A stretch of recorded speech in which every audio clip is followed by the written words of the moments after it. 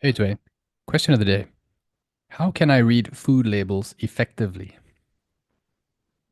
Well, when you're looking at a food label, I think there are just a few things you need to take note. Okay, the first thing is the numbers on the food label as they relate to the serving size of the food and what makes up one serving size. What makes up the calories, what makes up the macronutrients of that food. I think that's the most basic level first.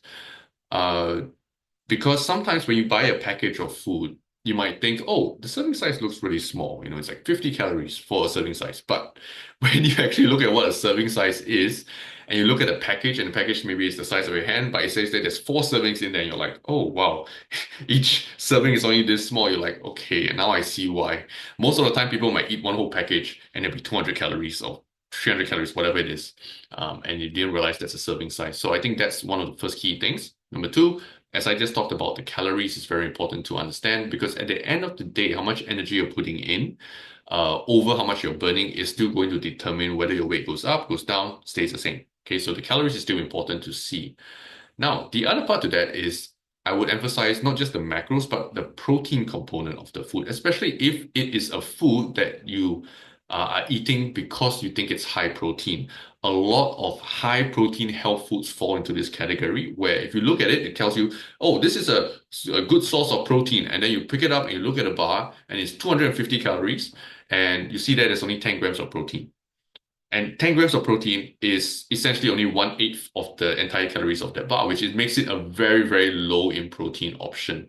So being able to understand that helps you navigate this so much better, and you don't make the mistake of picking up something subpar tasting, like a high protein, energy bar, when you could just get a chocolate bar and go and have, another lean protein source and still meet more or less the same amount of calories, and you get to enjoy both equally.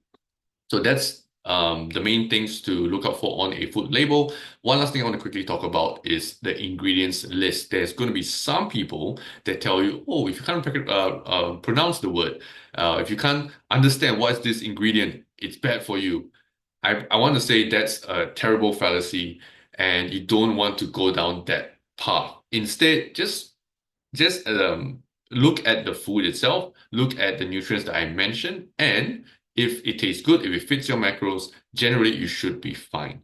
Most everything is made of chemicals anyway, and so just something being a chemical does not mean it is bad for you.